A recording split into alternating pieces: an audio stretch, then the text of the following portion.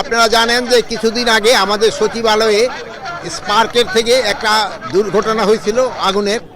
এখন ভবিষ্যতে যেন এই ধরনের না হয় এই জন্য আমরা একটা প্ল্যান করেছি যে আমাদের এখানকে প্রত্যেকটা বিল্ডিংয়েই আমরা এই অগ্নি কীভাবে নিরাপণ করা যায় এই জন্য আমরা একটা প্র্যাকটিস করব।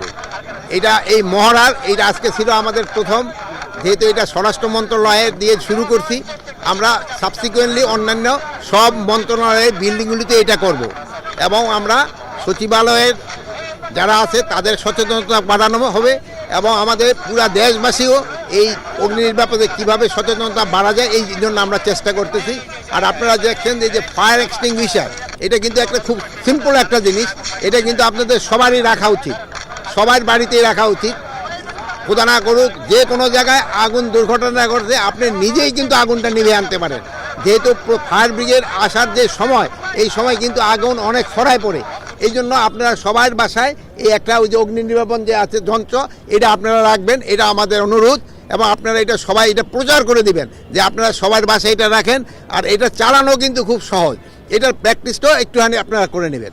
আপনারা সবাই ভালো থাকেন। সচিবালয়ে যে আপনার যে সিসিটিভি আছে প্লাস হলো ইলেকট্রিক যে কানেকশন, এগুলোতে দুর্বলতা দেখা গেছে এই আগুনের সময়, সেগুলোর ক্ষেত্রে আপনারা কি করছেন? আরেকটা হলো যে তদন্ত কমিটি হয়েছিল বাইরে পরীক্ষার জন্য পাঠানো হয়েছে, সেটার কি অবস্থা? এই ব্যাপারে আমার সচিব হলো উনি তদন্ত কমিটির প্রধান ছিলেন, উনি হয়তো ডিটেল কিছু বলতে পারবেন। সালাম আলাইকুম, শুনতে পাচ্ছেন সবাই?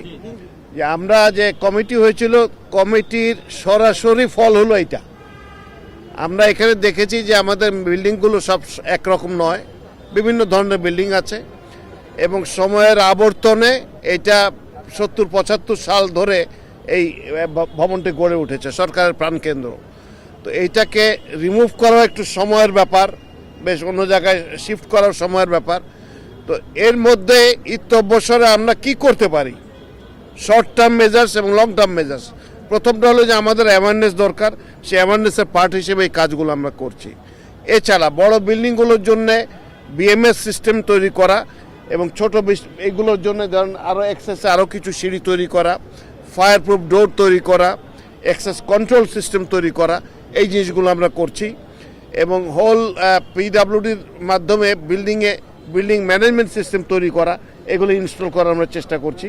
এগুলোর কার্যক্রম হাতে নেওয়া হয়েছে এবং পর্যায়ক্রমে এগুলো করা হবে।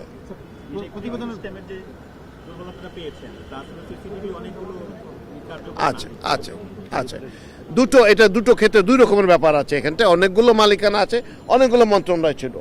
আগে যেটা হলো যে ইন্ডিভিজুয়াল মিনিস্ট্রি ডিসিশন নিয়ে তার মতো করে নিত, এখন building is a shared responsibility.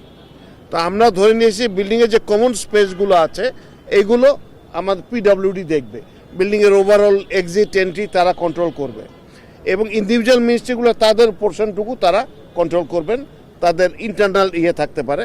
কিন্তু ওভারঅল যে স্পেস আছে সেই স্পেসের কন্ট্রোলগুলো বিল্ডিংয়ের ভিতরে থাকছে আপনার পিডব্লিউডির, তারা সেইভাবে বিল্ডিং ম্যানেজমেন্ট সিস্টেম তৈরি করছেন এবং বাইরের স্পেসের জন্য আগের নিয়ম অনুযায়ী স্বরাষ্ট্র মন্ত্রণালয় করবে। এগুলো কিছু আপনারা জানেন যে অনেক সময় ব্যবসার খাতিরে বিভিন্ন রকমের জিনিস করা হয়েছে, তো সেগুলো আমরা সবই রিভিউ করছি। অনেকগুলোর যেগুলো ইনস্টলেশনের পর থেকে আর ব্যবহার করা হয়নি বা ফল্টি জিনিস দেওয়া হয়েছে সেগুলো দায় দায়িত্ব আমরা নির্ধারণ করার চেষ্টা করছি এবং এইটার জন্য রেশনালাইজ করার জন্য যা করা দরকার সেগুলো আমরা শুরু করছি। ওটা এখনো আসেনি, ওটা অনেকগুলো স্টেজে পরীক্ষাটা করতে হয়। আমরা চূড়ান্ত প্রতিবেদনের বেশ একটা অংশ রেডি আছে, আমরা ওইটা আসলে পরে ওইটা কনফার্ম করে যে আমরা যে হাইপোথেসিসগুলো বলেছি এবং যে পজিশনে আমরা একমত হয়েছি সেটাকে কনফার্ম অর আনকনফার্ম করা, সেটার জন্য আমরা অপেক্ষা করছি। হ্যাঁ, লুজ কানেকশন মানে একটা জিনিসের ভিতরে হিট বেড়ে গেছে, হিটটা বাড়তে বাড়তে এমন একটা স্টেজে গেছে যেখান থেকে ফায়ারের সৃষ্টি হয়েছে। হিটের যে যেই সমস্ত ম্যাটেরিয়াল তার কাছে ছিল, যে ম্যাটেরিয়ালগুলো গলে যায় সেগুলো থেকে ফায়ারটা সৃষ্টি হয়েছে। সচিবালয় শিফট করার জন্য তো ওই সে পাকিস্তান আমল থেকে প্ল্যান রয়েছে। আগে ছিল যে সংসদ সচিবালয় যেখানটায় সেখানে হবে, তো ইতিমধ্যে বোধহয় সেটা কি অবস্থায় আছে জানি না। এরপরে আমি শুনেছি, আমি অফিসিয়াল পজিশন জানি না, সেটা আরও উপর থেকে বলা যেতে পারে যে হয়তো পূর্বাচলে হতে পারে।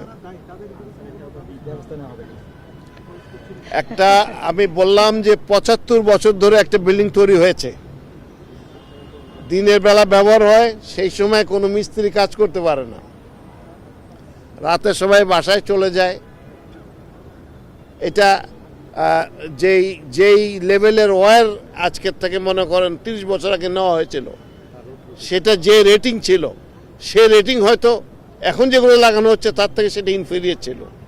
সেরকম একটা তারে হয়তো ঘটনাটা ঘটেছে, এবং সেগুলো আমরা মেজার করার চেষ্টা করছি যে ওটা কি ছিল না ছিল। Thank you, thank you.